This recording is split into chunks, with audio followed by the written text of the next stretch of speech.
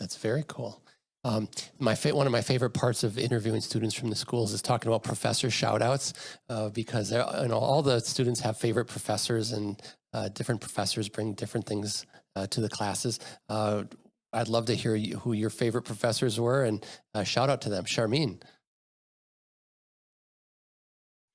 Yes, no. So the first I want to give to is Dean LaFontaine. Like him being our dean for our program, I know he's definitely done a lot. I know he's done a lot to make sure our school was able to happen, to exist where it is. Him also working with like him and like Dr. Harkless, as we all know, he also did a lot to make sure our schools also here as well. During our year, we actually were voting on like faculty of the year. So we voted for Dr. Baghetti. She runs a research lab at UTRGV. She was actually like a dentist, and she has a PhD, and now she's like a professor. And she's very passionate on how she teaches. She goes above and beyond in her lectures. And then I also like to give a shout out to Dr. Hamilton. Dr. Hamilton's really cool. Every time he comes into the classroom, he's always very like positive and very like happy, and keeps us like energized during the class. So those are my shout outs for me. Thank you.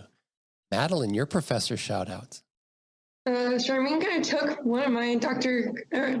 Everyone she talked about was great, but Dr. Graham Hamilton, I really enjoy his classes. He teaches us more of the radiology / surgical classes for podiatry, so specific to podiatry. And I get really excited because that's what we're going to be doing. So it's easy to be excited for that professor, but he does a great job of making things simple and making sure we know what we need to know for boards and clinical experiences.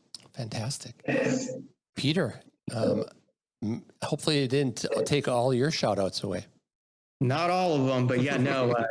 Dr. Baghetti, I got to shout her out because she's my boss and my mentor for research. And so she's amazing. If I can be even half of what she is, I would call myself a success.